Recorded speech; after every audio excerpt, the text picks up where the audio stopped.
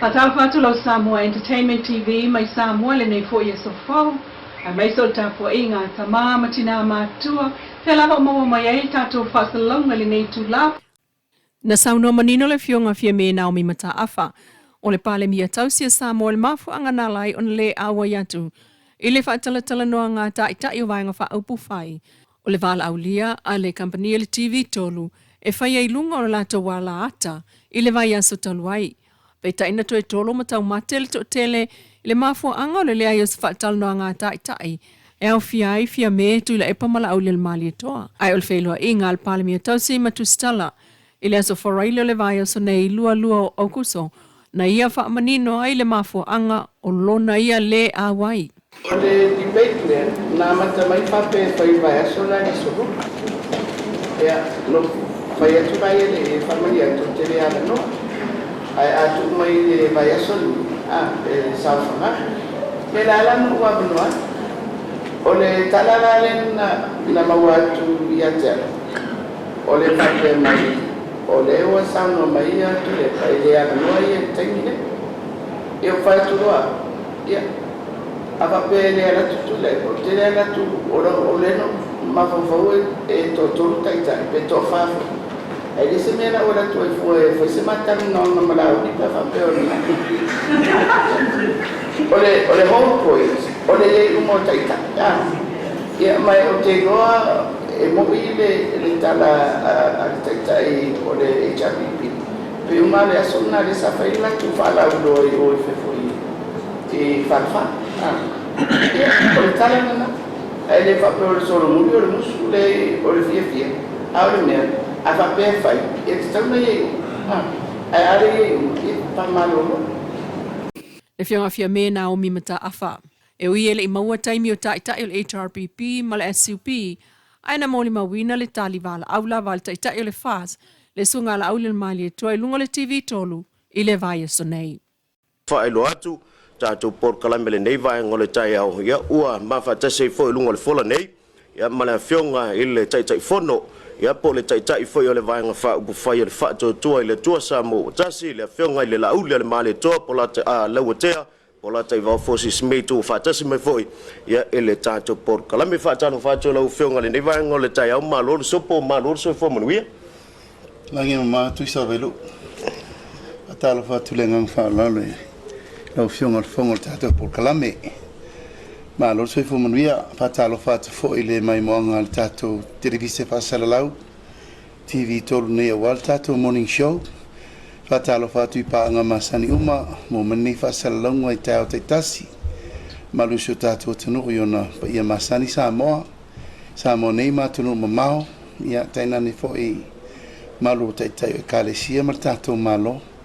Malo se fo manuia. Malo le se fo manuia la fionga ya fatu lima foi wai le mai monga so tantu tunu le ngato Samoa nei ya nei o tantu pa anga lo mai mo mai ya tunu e mau ya talwayona o le tu fasilio so tantu tunu ile le tau no le tantu por kalame le sa fa la wilo ile so mo le so na nafi ya o le leaders debate ya wa le mafayo na fa tau wina ya ono le mafai foi ona lava mai oniso tai o vanga fa fai lua pitai ya o le sa tali mai le afionga le la ula le mali to tu sai foi ya o le taru sanga tu ya ale tantu ofisa ma fa tala ula tu foi e tu sai foi o le por kala me pe o le aunga le na ya ua bawaila vanoa ya tau lava ya ona tali le fa alo ia po le tali mai fa la fionga la ule le mali to tu sai foi le tanto por kala me sale fa tonu wina ile aso ana na fia ofisili o le ofisili ngia ile fionga le tai ia ofisili lava le sa tapena ina le tanto ofisa ia ofisili ngia ia tanto tai to tolu tanto fa mo pe ona sa fa mo ia ia mo le aso ana na fia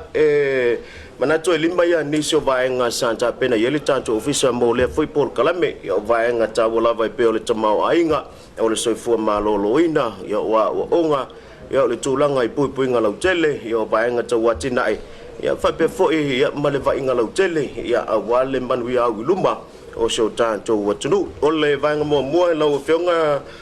la uli o le tulanga foi le pe ona ya le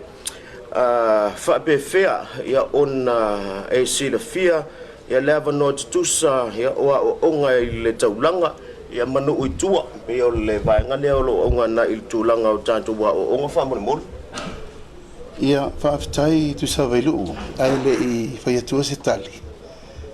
e mo moana mo le tula whaaftai tele le tato wale si whasala lau tulanga I fo i o le tau whaamapu e ina le tato por kalame le nei sa ia ia alfa na una ta inga ia o se lau lau le leile nei mo e fo I sava no mato uma tai o vanga whaafai e mai mato te whaasoa I luma I le taimi atasi I le nofonga atasi o mai mo le tunu e whaaftai atu fo le tato wale si whasala lau ono le manoa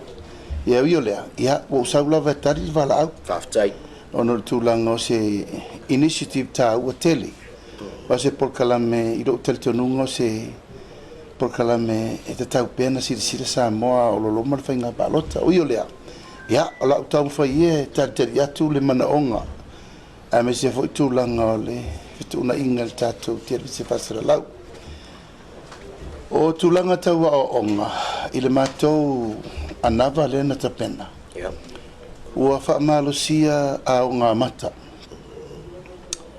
ua matua I mātou tiu jiro le leile a matanga o le tamatiti mai le tasi lua tolu tausanga sa vali lo lea o ngā mata Early Childhood School o le whaamoe moe o le mau whasaintisi o le afe tausanga o le afe tausanga mua le tamatiti o le afe aso afe aso mo le tamatiti o teimi pito sili ia o na tāua lona soifuanga mai o le mau whaavae la le mo le teimi ni a le leile tapu e na o le tamatiti mai le amatanga o le lelei fo na o lana whaasolonga na I le primary, secondary, kolisi, university o le whaamoe moe la vaia wa mai e o na tau pule pe o na whaafonga le tunu le tele o tātou ana vatau le na whaasara lau wa avele whaamanuianga e a o ngafua I a tamaiti I lea o ngā amata totongi e le mālofa ia onga ia masauni la tu me tausami o le manu lau ti ato te tautua le nā lau Samoa Entertainment TV mai Samoa le nefo I aso e whamoe moe le lofo le tua tātou tui whino e fo I laso a tai au se whaapoponga ai ma whaatai I le Wendy's Design mai funga le mo le whaala e decentralize a mata uma o ngā amata I le 5 sutasi tu malo po savai po falalupo po aleipata po fea meo I le tu malo ia tu le onga amata I tonu I tu malo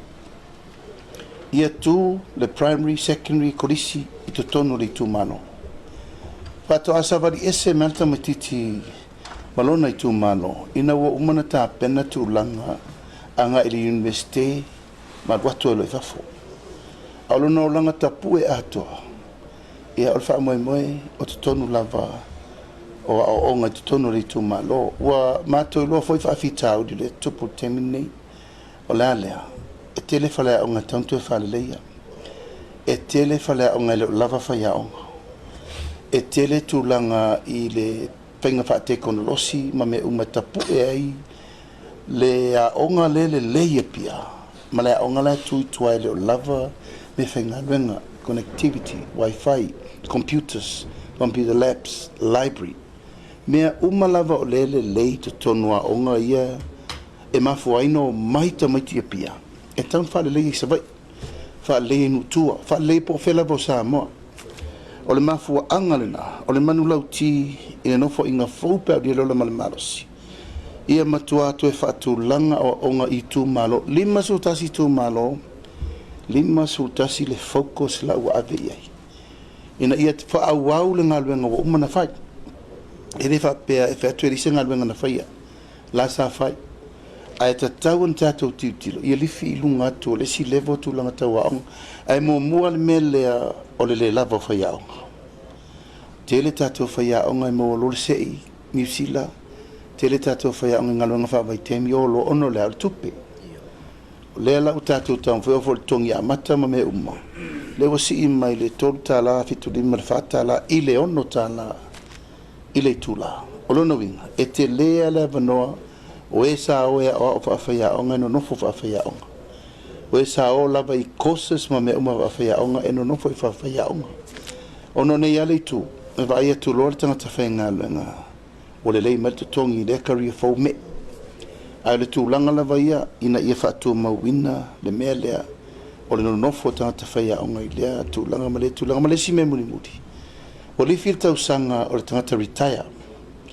mai le lima tau sanga ile ono 5 tau sanga o le to tele o tato fea o ngai lei wana o la matua soifu ala le lei ya la to ma fo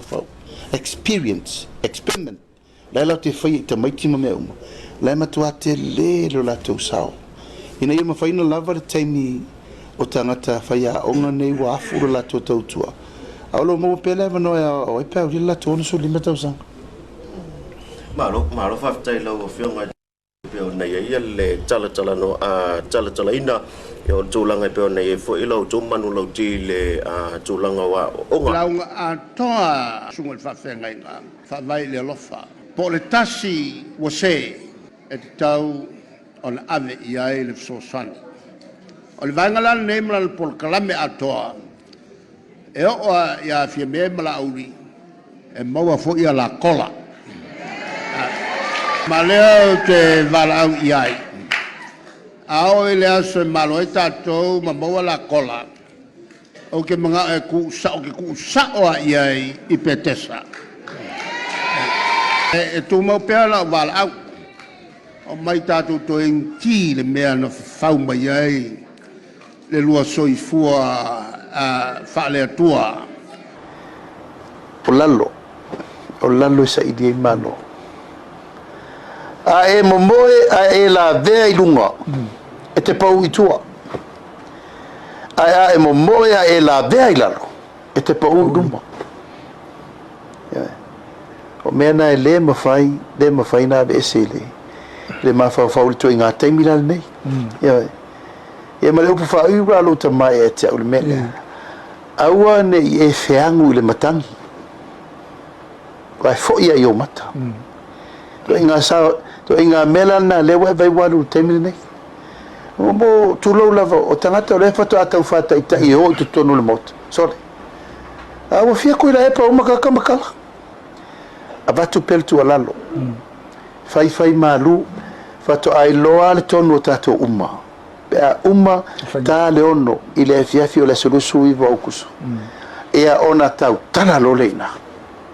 o ina le amatanga ole o lau fa le nga fu fa to a vivini ale to ina o manu malo pe o polpes marielo io al temine nei per tu langa na o lei sei si me to o yai le tu langa la to fa lo ona fa le ngal me le fai te tautua le na lau Samoa Entertainment TV mai Samoa ni fo iaso e fa moe le lofo le tua tatu tui filo e fo iaso atai au se fa poponga ai ma fa tai toi ile Wendy's design mai funga le mo le fa la e